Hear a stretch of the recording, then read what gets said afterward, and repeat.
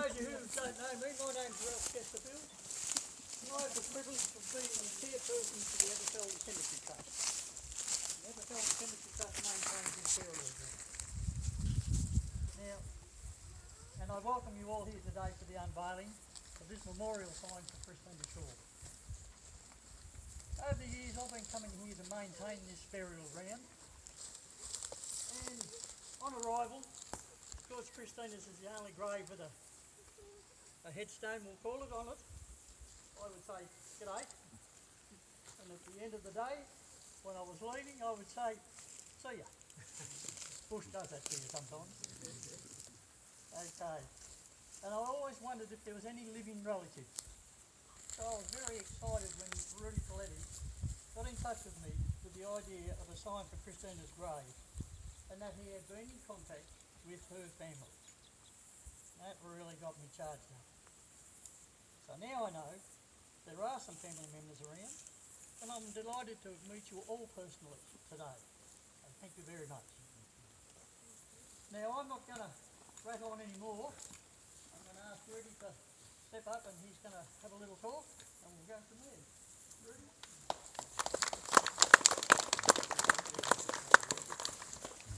First of all, I'd like to thank you, everyone, for being here today on a glorious day. I'd like to thank all members of the Shaw family, members of the Unveiling Trust, and also members of my corporation, the West Gippsland Relic Heritage and Mining Protection, which we look after all the historic sites and markers of this region. Thank you everyone for being here.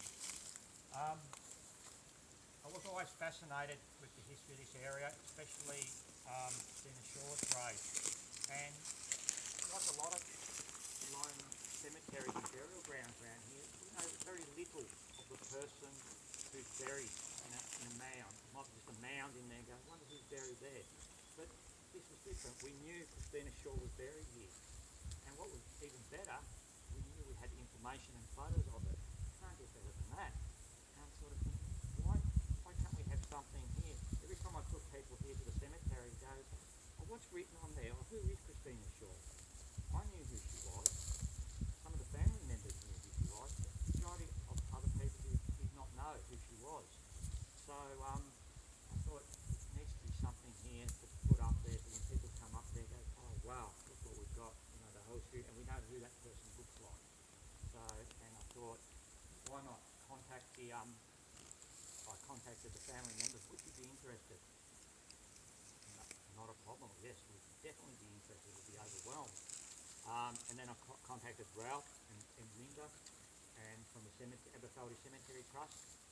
They were rapt and said, well, we've got to put a motion forward. And I was very overwhelmed that the Unveiling Cemetery Trust were fully behind and supporting. Thank you for that. No really appreciate that as well. And as well as family, you know, and why not? So, but as most people know, that this plaque was put in the 1930s from a pilgrimage from her son, which was Alex Shaw. Correct me if I'm wrong. I get confused. There's a lot of Alexes, a lot of Donalds. It's very hard to get confused. And he put this plaque up there, and lucky for that, because we wouldn't have known that, you know, and it was really good. But as you know, he produced a diary, which I've got in my hand here, which the family members can look later. It's a rough copy, and I'm asking the Shaw family if they would kindly give me permission to put this out so everyone could read the whole diary, and people know the history of the area, because it's a cracker of a read, especially if you know this area. I love it. It's got some good history in it. But anyway, I want to read a little paragraph about when they first came here. And now bear in mind, when Alex grew up as a child here, everything would have been bustling. There would have been hundreds of people all over the place. Everything would have been pristine, nice roads, houses, you know, hotels flourishing. They had courthouses, police stations. They had everything up here. And this cemetery would have been well kept and also marked as well. With crosses with their people's names on there, everything like that. But when they came in 1930, it was quite different. I'll just read this paragraph from his diary. Overgrown now, nothing but a forest of trees averaging 50 to 60 feet high, many growing out of mounds of graves. Successive bushfires have swept over the spot and burnt the fences enclosing the graves. The first grave from which we took our bearings was that of Mrs. Donahue and her husband. I knew that Mother's was not far from theirs. But both Mick and I slightly out in the exact direction, and we located a grave with tall trees growing out of it, which we both thought must be Mother's. We took 2 snaps of this grave, and after we had placed on it the memorial that I brought with me. Still, I felt very disappointed not being able to positively identify my Mother's grave. So to come up here, not quite sure. So they're thinking, yeah, close enough, it might be that, and that's that plaque. In the meantime, Mick, which I must say, Mick Flynn used to live here, grew up, but he later lived at Seaton, which they came up with Mick at the time. Moved off a few yards in a different direction and called out, "Here is a large grave." We both surveyed it for a few moments. There was no doubt in both our minds it was indeed Mother's. When the fence was erected over it by Father, he surrounded it by 4 square logs levelling off the original mound. One of these square logs was the means of identification. 2 charred stumps of posts also aided us, also the charred remains of the other squared log. I was so thankful now we're definitely able to identify the spot. No trees are growing on the grave, and after placing the memorial on it, Donald took a snap with Mick and I standing bareheaded. We took a view of Donahue's grave, who died shortly before Mother. There is no mark on that grave to indicate who's buried therein. Although many known to Mick and I are buried there, and whose graves we could walk direct at one time, today we could not tell one from another. So deserted and overgrown has the place become. Mother is now the only mark by an inscription that bears the following perforate letters on a copper plate. And I'm not very good at reading in Gaelic, but it translates to "Who shall separate us from the love of Christ." So I think that is fantastic, and I'm glad they positively identified it later. So on that, I'll leave the member of the Donald family, and Shaw family to come and speak. But again, thank you. Thank the family for contributing donation to the plaque, and also the West Gippsland for donating as well. And as you see, it's greatly appreciated. Thank you. Thanks, Rudy. Well, I guess I'm a member of that family. There is one older than me that could possibly be doing this, but she's decided just to sit there and lap it all up and said, no, you do it. So, and what I'm going to say, you heard a bit about, it's all been done in consultation with the other 7 great-grandchildren, and yeah, I think it's a big day for us. It's something that's a little bit emotional, sure, but it's good that one of our family members has been recognised in such a way. If you could think back years and years and years, a 16-year-old girl from Oban in Scotland, and she suddenly takes a journey of some 17,000 kilometres, 70 days plus, on some sort of a boat, steamer, sailing ship, whatever it was, coming out to a place that's only 68 years old. I think that's a big thing to take on, particularly if you're only 16 years old. But that was Christina Shaw. She did that. She came out here and eventually settled at Ballarat. Some 5 years prior to that, a fellow by the name of, well, actually it was Christina Ferguson, I should have said, shouldn't I? To get the thing right, because they'll all tell me about it afterwards if I don't. So, Christina Ferguson, she did all that as a 16-year-old.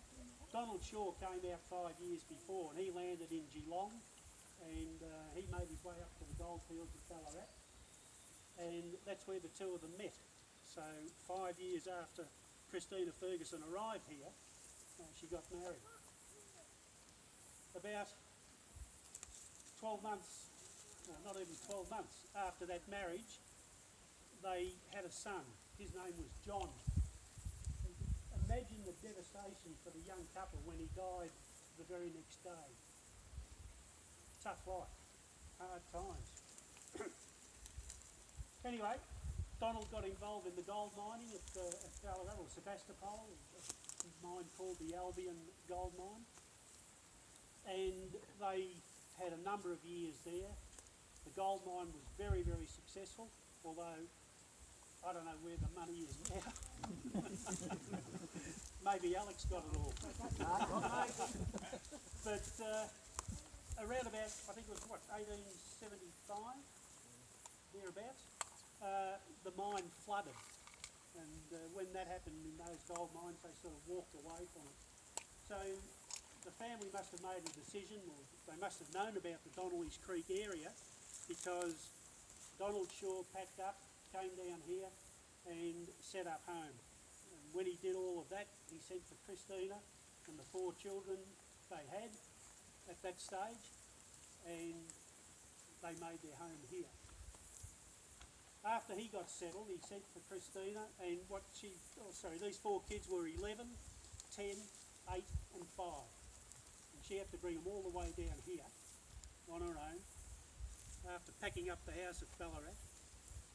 And I think got a steamer or a boat from Queen's Wharf in Melbourne, came down to Lakes Entrance, then got off that and onto another little boat that came up through the lakes and the Thompson River, and they got off at some little spot up the river there near Sale.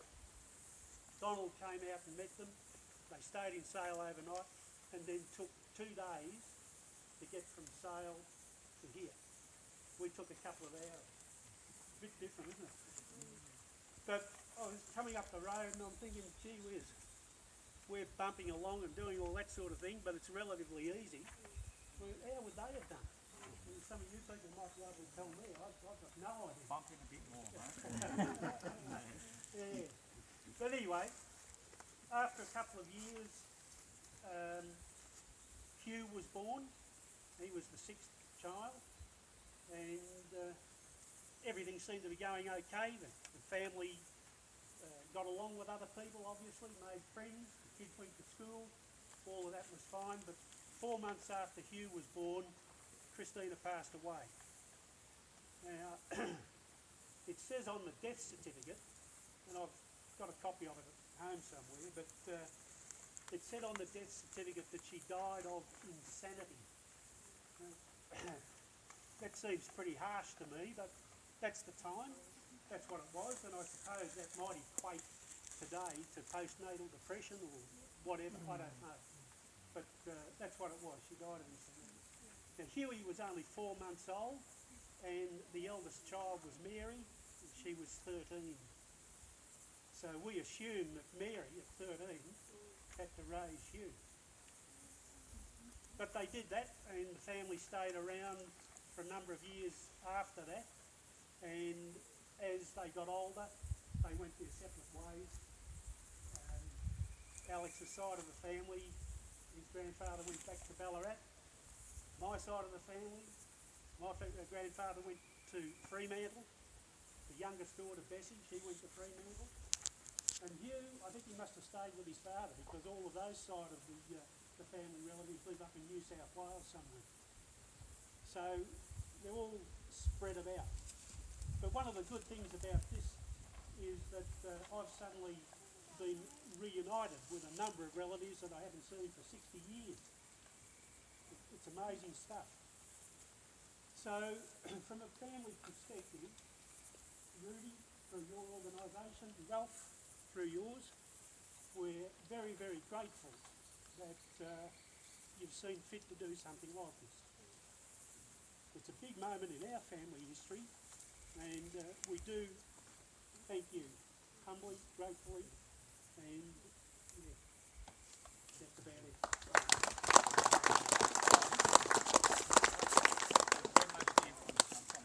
Well, all the ones that are here today are from Victoria.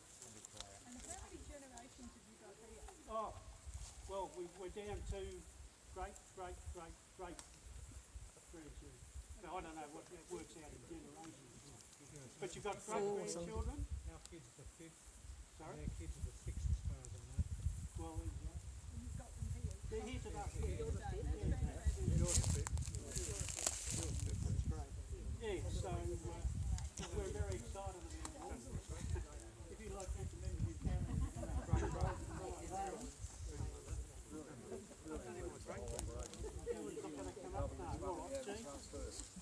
Gene, Alex, Ronnie, Neil, Anybody with cameras like to get their cameras ready before they actually lift the veil, we'll get them to. We'll go in behind you.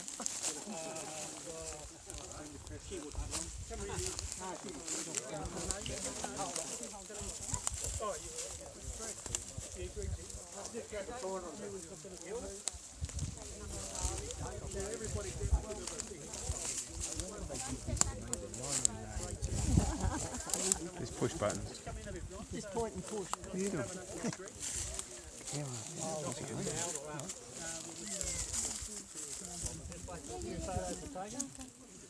say when. Can't see Ron. It's a ready, go. So there you go. Thank you very much, Craig. Is it possible to get all the relatives, Yes, you can have all of all the kids, the whole lot? Wives, almost everybody then. I was just going to say that. Half a dozen of them. Everybody had all to do with